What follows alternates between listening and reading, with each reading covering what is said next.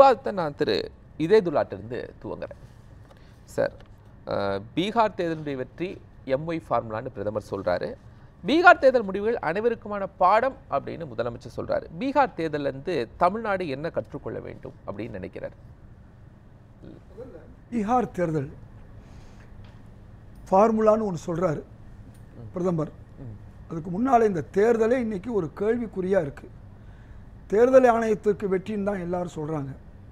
பிரபல பத்திரிகை India today உங்களுக்கு தெரியும், அதனுடைய ஆசிரியர் ரொம்ப தெளிவாக சொல்கிறாரு, இது ஒரு தூசி படிந்த ஒரு வெற்றி, மாசு படிந்த ஒரு வெற்றி, இது விலைக்கு வாங்கப்பட்ட வெற்றி என்பதை அவர் தெளிவாக சொல்கிறாரு. உங்களுக்கு அது மட்டும் அல்ல, நேற்று பல பத்திரிகைகளில் 10,000 ரூபா படத்தை போட்டு தான் அந்த வெற்றியை பெரிதாக காமிச்சாங்க. ஆக ஏன் 10,000 ரூபா கொடுக்கறது பெரிய விஷயம், கொடுக்கறத பற்றி தவறு இல்லை. அதை சில மாதங்களுக்கு முன்னோ சில வாரங்களுக்கு முன்பு கொடுத்துருக்கலாம். தேர்தல் நடைமுறை அறிவித்த பிறகு இது ஊர் உலகத்துக்கே தெரியும். தேர்தல் நடைமுறை என்று சொன்னால் எந்தெந்த விஷயங்களில் அரசாங்கத்துக்கும் மக்களுக்கும் சம்மந்தம் இல்லாமல் இருக்கணும், வாக்காளர்களுக்கும் சம்மந்தம் இல்லாமல் இருக்கணும், எந்தெந்த வகையில் அரசாங்கம் கையூட்டோ அல்லது வேறு எந்த வகையிலோ கொடுக்கக்கூடாது என்பது நமக்கு தெரியும்.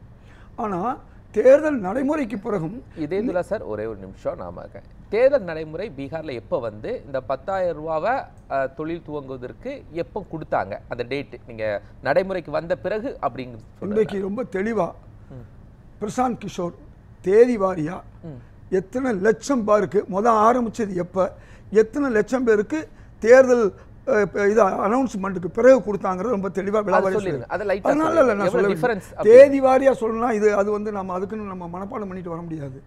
நான் தான் உண்மையை சொல்கிறேன். நீங்கள் வேணா அப்புறமா நீங்கள் மற்றவங்களுக்கு நீங்கள் அதை சொல்லிக் கொடுங்க, பரவாயில்ல. நான் சொல்வது நடந்ததை நான் சொல்கிறேன்.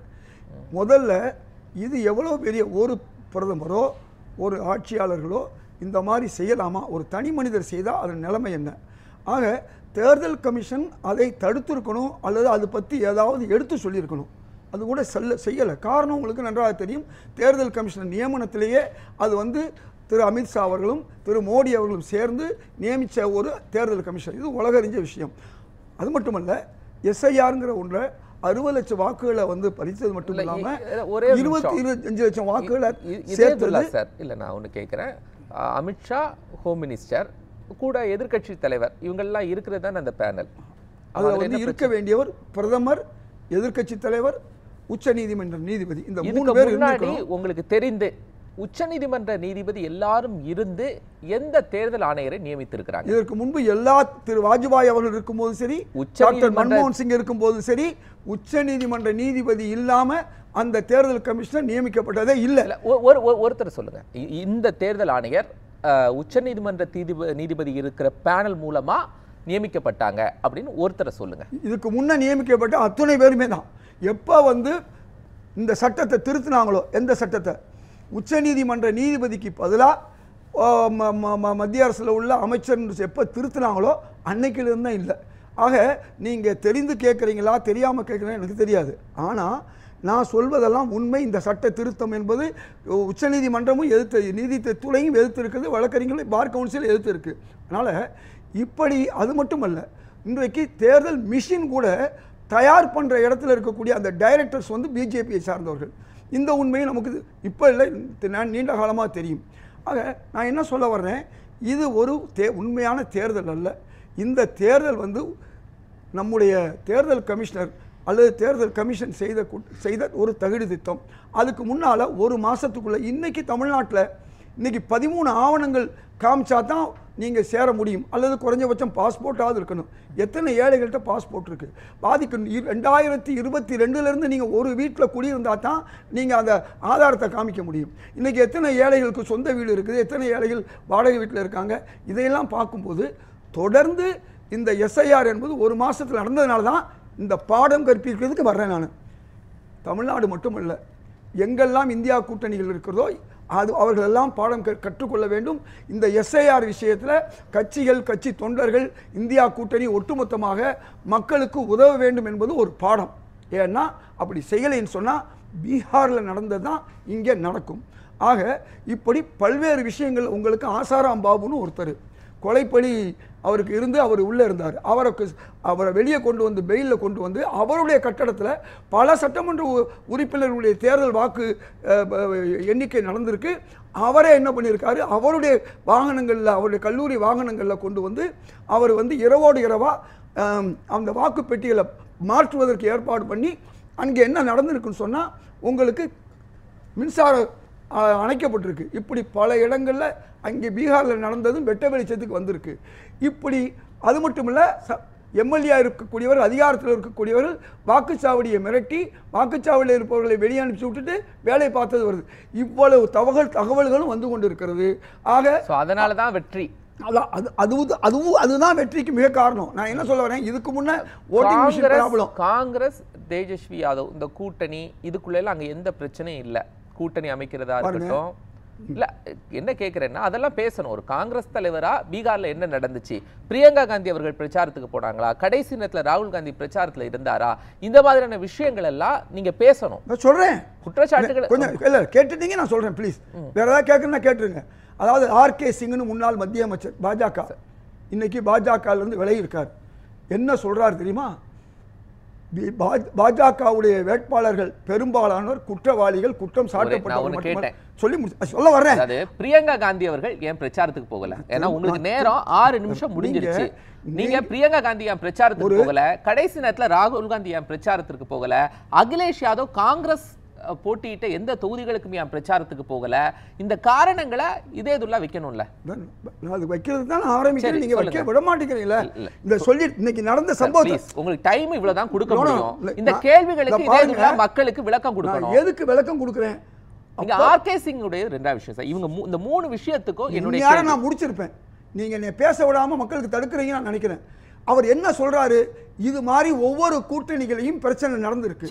அந்த பிரச்சனை எந்த அளவுக்கு நடந்திருக்குன்னா, முதல்வர் வேட்பாளர் இல்லாத தேஜஸ்வியை ஏன் அனௌன்ஸ் பண்ணின்னு கேட்குறீங்க. ஆனால் முதல்வராகவே இருந்துக்கிட்டு இருக்கக்கூடிய நிதிஷ்குமாரை அறிவிக்கலை. அவருடைய கட்சியுடைய துணைத் தலைவர், நீங்கள் எங்களை அறிவிக்கலைன்னா மைனாரிட்டி கவர்மெண்ட்டாக இருக்கக்கூடிய உங்களை நாங்கள் காலை பிடிச்சி இழுப்போம்னு சொன்ன பிறகுதான் அவர் அறிவிக்கிறாங்க. அப்ப இங்கேயும் அந்த பிரச்சனை இருக்கு, அங்கேயும் பிரச்சனை இருக்கு. வெறும் காங்கிரஸ் மட்டும் பிரச்சனை இல்லை. ஏன் பிரியங்கா காந்தி பிரச்சாரத்துக்கு போகல சொல்லுங்க. அதாவது யார் பிரச்சாரம் போறாங்க போகலைங்கிறது அந்த இந்தியா கூட்டணி எடுக்கக்கூடிய முடிவு. ராகுல் காந்தி 5 முறை போயிருக்காரு, பிரதமர் 9 முறை போயிருக்காரு. அதுக்கு முன்னால பீகார்ல இந்தியா கூட்டணியுடைய முதலமைச்சர் வேட்பாளர் தேஜஸ்வின்னு சொன்ன பிறகு, அனௌன்ஸ் பண்ண பிறகு ராகுல் காந்தி பிரச்சாரத்துக்கு போனாரா? நான் திரும்ப சொல்றது, அதாவது தொடர்ந்து பீகார்ல அதிகமா ராகுல் காந்தி எஸ்ஐஆர் விஷயத்துல மக்கள் எஸ்ஐஆருக்கு போனாரு, ஓட் சோரிக்கு பண்ணாரு, நான் மறுக்கல. தேஜஸ்வி யாதவ் பீகார்ல இந்தியா கூட்டணியுடைய முதலமைச்சர் வேட்பாளர்னு ராகுல் காந்தி இல்லாமல் ஒரு முடிவு எடுக்கப்பட்டுச்சு இல்லையா? அதுக்கு பிறகு ராகுல் காந்தி பீகாருக்கு பிரச்சாரத்துக்கு போனாரா? இல்லாம முடிவு எடுக்கப்பட்டதுன்னு எப்படி உங்களால சொல்ல முடியும்? உங்க நெஞ்சில அவர் இல்ல, அந்த கூட்டத்துல இல்ல. ராகுல் காந்தியுடைய அனுமதி இல்லாம, ராகுல் காந்தியுடைய அனுமதி இல்லாம கெலாட்டு போயிருப்பாரா? சும்மா நீங்க அதாவது அதுக்கப்புறம் பிரச்சாரத்துக்கு போனாரா? அதுக்கப்புறம் ராகுல் காந்தி பிரச்சாரம், நீங்க ஒரு பத்திரிகையில ஒரு செய்தி வந்துச்சு, ஒரு பத்திரிகை ஆசிரியர் சொன்னாங்க, அதே பத்திரிகை செய்திகள் தான் உங்ககிட்ட வைக்கிறேன். ராகுல் காந்தி ஏன் பிரச்சாரத்துக்கு போகல? அதைத்தான் நான் இப்ப சொல்றேன். ராகுல் காந்திக்கு தெரியாம தான் தேஜஸ்வி அறிவித்தார்கள். உங்களால சொல்ல முடியுமா? அதுக்கு பிறகு ஏன் பிரச்சாரத்துக்கு போகல? நான் கேக்குற கேள்வி பாருங்க, நீங்க இடையில பேசிட்டீங்க, தெரிஞ்சிருக்கு, நீங்க பேசிட்டீங்க, நான் பதில் சொல்றேன். சொல்லுங்க. ராகுல் காந்திக்கு தெரியாம தான் காங்கிரஸ் கட்சி தேஜஸ்வி யாதவ் முதல்வர் அறிவிச்சுச்சா? தெரிஞ்சுதான் பண்ணாங்க. முந்தி நாங்க நிதிஷ்குமார் அறிவிக்கிறதுக்கு முன்னால காங்கிரஸ் கூட்டணி அறிவிக்கும் போது அதுல போய் கோளாறு சொல்றது. சரி, பிரியங்கா காந்தி ஏன் பிரச்சாரம் பண்ணலங்கிற அவங்க விருப்பம். இந்த அனௌன்ஸ்மெண்ட்க்கு அப்புறம் ஏன் ராகுல் காந்தி பிரச்சாரத்துக்கு போகல அது சொல்லுங்க. அதுக்கும் சொல்றேன், ராகுல் காந்தி போக வேண்டிய அளவுக்கு அவர் போயிருக்காரு. பின்னாலையும் போல போலங்கிறது ரொம்ப முக்கியமான காலகட்டம், கடைசி நாட்கள். அந்த நாட்கள்ல ராகுல் காந்தி பிரச்சாரத்துக்கு போகல அப்படின்னா ஒரு அகில இந்திய தலைவர் அவருக்கு பல இடங்கள்ல போக வேண்டிய வேலை இருக்கும், பல இது இருக்கும். அதே நேரத்தில் எங்களுடைய வேட்பாளராக இருக்கக்கூடிய முதல்வர் வேட்பாளர் தேஜஸ்வி போகாம இருந்தாரா? அதை சொல்லுங்க. எங்க கட்சியுடைய மாநில தலைவர் போகாம இருந்தாரா? எங்க கட்சியுடைய மாநிலத்தில் பல பொதுச் செயலாளர்கள், துணைத் தலைவர்கள் போகாம இருந்தாங்கன்னா அந்த கேள்வியை கேட்டா போதும்.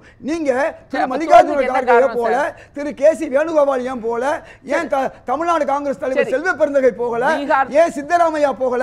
இப்படி இந்த கேட்கிற கேள்வியை பிரச்சாரத்துக்கு இது வந்து அர்த்தமில்லாத நான் கேட்கல சார். ஏன் ராகுல் காந்தி போல, பிரியங்கா காந்தி போகல, அகிலேஷ் யாதவ் ஏன் காங்கிரஸ் போட்டியிட்ட சட்டமன்ற தொகுதிகளுக்கு பிரச்சாரத்துக்கு போகல? இந்த கேள்விகள் எல்லாம் நான் முன்வைக்கல. நீங்க வச்சிட்டீங்க. பீகார் தோல்விக்கு என்ன காரணம்னு சொல்லுங்க. நிறைய உண்மைகளை நான் சொல்லலாம்னு இருக்கும்போது நீங்க இந்த திசை திருப்பல் வேண்டியதில்லை. நான் கேட்கிற ஒரே கேள்வி சார், ஏன் தோல்வி வெற்றி என்பது எல்லா நேரங்களும் எல்லா கட்சி கிடைக்கல. பாஜக தோக்கலையா? பாஜக 400 இடங்கள் சொன்னாங்களே, 240 இடத்துக்கு தள்ளினாங்களே, அதே பீகார் மக்கள் ஓட்டு போட்டாங்களா? அன்னைக்கு பீகார் மக்கள் வந்து பாஜகவுக்கு போடல, இன்னைக்கு பாஜகவுக்கு போட்டிருக்காங்க. இவ்வளவுதான். தேர்தலில் வந்து எல்லா காலமும் திமுக இல்லை, எல்லா காலமும் அதிமுக இல்லை, எல்லா காலமும் காங்கிரஸ் இல்லை. எப்போ மக்கள் நினைக்கிறாங்களோ அந்த மாற்றத்தை கொண்டு வருவாங்க. ஆனால் இங்கே மாற்றத்தை கொண்டு வந்தது தேர்தல் கமிஷன். தில்லு முள்ளு முறைகேடு. இதை நான் எடுத்து சொல்லாமல் இருக்க முடியாது. இன்னைக்கு உலகம் முழுக்க எல்லா பத்திரிகையிலும் வந்திருக்க செய்தி அது. மகிழா யூத் இதுதான் பீகாருடைய தேர்தல் வெற்றிக்கு காரணம்னு மோடி சொல்றாரு. அது இல்லைங்கிறீங்க. என்ன சொல்றேன்னா, மகிழாவுக்கு உண்மையிலே அன்பு இருந்தா 3ல் 1 பங்கு பார்லிமெண்ட் உறுப்பினர்கள் இருக்கணும், எல்லாத்திலும் இருக்கணும்னு சொல்லி அன்னை சோனியா காந்தியுடைய அறிவுறுத்தல்ல மன்மோகன் சிங் சட்டத்தை கொண்டு வந்தப்ப அந்த சட்டத்தை கிடப்புல போட்டது யாரு? அதிகாரம் யாருக்கு போயிருக்கு? பெண்களுக்கு அதிகாரம் போகிவிடக் கூடாது என்பதுல எவ்வளவு பெரிய இதா இருக்காங்க ஆர்எஸ்எஸும் பிஜேபி என்பது நமக்கு தெரியும். பெண்கள் மேல அவங்க எவ்வளவு எதிரா இருக்காங்க, பெண்களை வந்து எவ்வளவு கேவலமா நினைக்கிறாங்க, அவங்களும் அவங்களுடைய நமக்கு தெரியும். இதெல்லாம் ராகுல் காந்தி கடைசி நேரத்துல பிரச்சாரத்துல வச்சிருக்கலாம், பிரியங்கா காந்தி பிரச்சாரத்துல வச்சிருக்கலாம், அகிலேஷ் யாதவ் பிரச்சாரத்துல வைத்திருக்கலாம். திரும்ப அங்கேயே வந்துட்டீங்க. நான் யூத்துக்கு வர்றேன், மகிழாவுக்கு வந்துட்டேன். சரி, இன்னைக்கு இளைஞர்கள் வந்து அங்கே உண்மையிலே கௌரவிக்கப்பட்டிருந்தா குஜராத்லயும் இந்த பிரச்சாரங்களை எல்லாம் ஓட்சோரி பிரச்சாரம் செய்த சார் கொஞ்சம் தமிழ்நாட்டுக்கு ஏன் சார் பீகார் இளைஞர் வர்றான், கர்நாடகத்துக்கு ஏன் சார் பீகார் இளைஞர் வர்றான்? எல்லாம் இன்னைக்கு இந்தியாவிலே பீகார்ல உள்ள இளைஞர்கள் தான் வெளி மாநிலங்களில் இருக்கான். நீ உண்மையிலே இத்தனை வருஷம் 20 வருஷம் ஆட்சி அல்லது டபுள் இன்ஜின் சர்க்கார் அந்த இளைஞர்களுக்கு ஏன் வேலை வாய்ப்பு கொடுக்கல? அதனாலதான் எங்க கூட்டணி சொல்லுச்சு வீட்டுக்கு ஒருவருக்கு வேலைன்னு சொல்லுச்சு. மக்களுக்கு என்ன நம்புறாங்க, காங்கிரஸ் நம்பல சார். அதுக்கு ஒரு விளக்கத்தை நம்ம கொடுக்கணும். நான் இவ்வளவு தூரம் சொல்லிட்டேன். A bird in the hand is better than two in the bush ன்னு சொல்லுவாங்க ப்ராவர்பு, பழமொழி. அந்த பழமொழி பிரகாரம் நாளைக்கு கிடைக்கக்கூடிய வேலையை விட இன்னைக்கு கிடைக்கக்கூடிய 10,000 பெருசுன்னு கொஞ்சம் பேர் வாக்களிச்சிருக்கலாம். அதனால 20 வருஷம் தொடர்ச்சி ஆட்சி செய்யக்கூடிய ஒருத்தருக்கு மக்கள் வாக்களித்து இருக்கிறாங்க. ஒரு வருஷத்துல 18 பாலங்கள் உடைஞ்சு விழுந்திருக்கு. பேச விட மாட்டீங்க. நீங்க வந்து எதிர்க்கட்சியில் நீங்க கேட்ட கேள்விக்கு ஒரு பதில் தான் சொல்றேன். 10 மாசத்துல 18 பாலங்கள் இடிஞ்சு விழுந்திருக்கு. டபுள் இன்ஜின் சர்க்காருடைய காசு மட்டுமல்ல, இந்தியாவுடைய காசு வீணா இருக்கு சார். உங்களுக்கு தெரியும் இந்தியாவுடைய காசு வீணா இருக்கு சார். இது 18 பாலம் விழுந்தது உலகத்துக்கே தெரியும் சார். எவ்வளவு ஊழல் நடந்திருக்கு சார். இந்த ஊழலுக்கு பிறகும் வேலை வாய்ப்பு இல்லாததுக்கு பிறகும் மகிழாவுக்கு எந்த விதமான முன் வேலைகளோ எதுவும் கொடுக்காத பிறகும் 10,000 ரூபாய் கொடுத்து வேலை வாங்கினது மட்டும் தேர்தல் கமிஷனுடைய இதனால ஜெயிச்சிருக்குன்னு ஊர் உலகம் சொல்லுது.